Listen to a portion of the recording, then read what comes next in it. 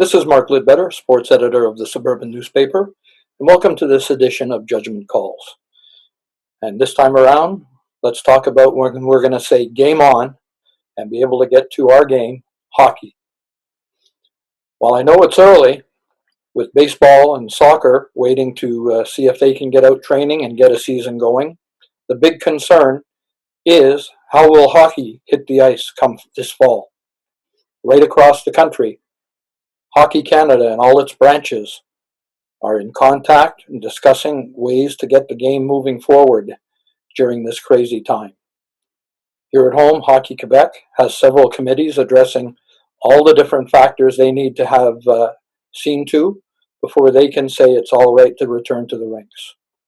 And hockey will even take a back seat to soccer, baseball, any of the sports that are played outside, because it's much safer to play outdoors than it is to be in a confined space like an arena is. But what will we look at down the line? It's having possibly formats of 3-on-3 or 4-on-4. No contact, even in leagues that did have contact before. You're talking equipment change in a sense of a full visor. No cage, no metal cage, no grill. Cover the face entirely to protect it with a visor.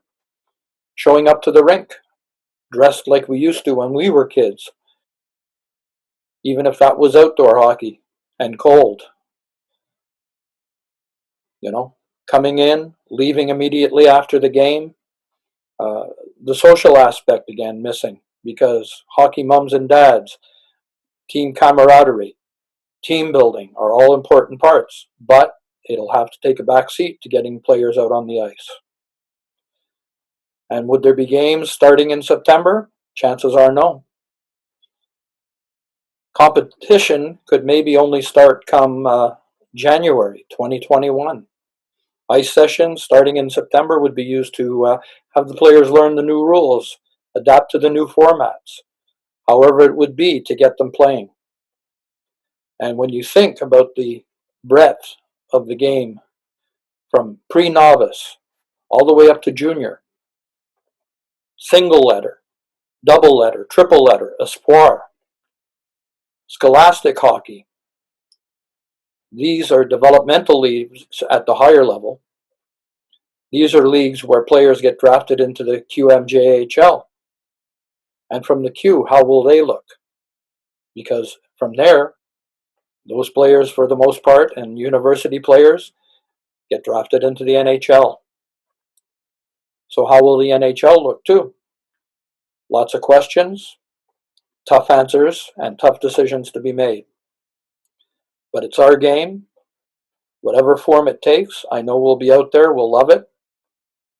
I know when it comes to the 3-on-3 and the 4-on-4, you have people sort of scratching their heads saying, well, what's the difference? Players are still going to have incidental contact. They're still going to be going into the corners. They're still going to be getting close to stick check the puck away. Well, why not 5-on-5 in that case? That comes down to 3-on-3 and 4-on-4 will allow for smaller rosters, less players on the bench spread out. And really to be enforced, which is something that has been around for years, is that players will need their own individual water bottle, clearly marked if they're going to hydrate on the bench, which is an important part of the game. All I know is that hockey will return. We will have it in some form. We have to embrace it. We have to learn. And we have to wait until it can maybe go back to the way it was. But for now, the important thing is getting the players to hit the ice come September. That's it for this edition of Judgment Calls. If you have any questions, any suggestions, send them along to me, Mark Lidbetter, at sportsatthesuburban.com. And until the next time, that's how I made the judgment call on this topic.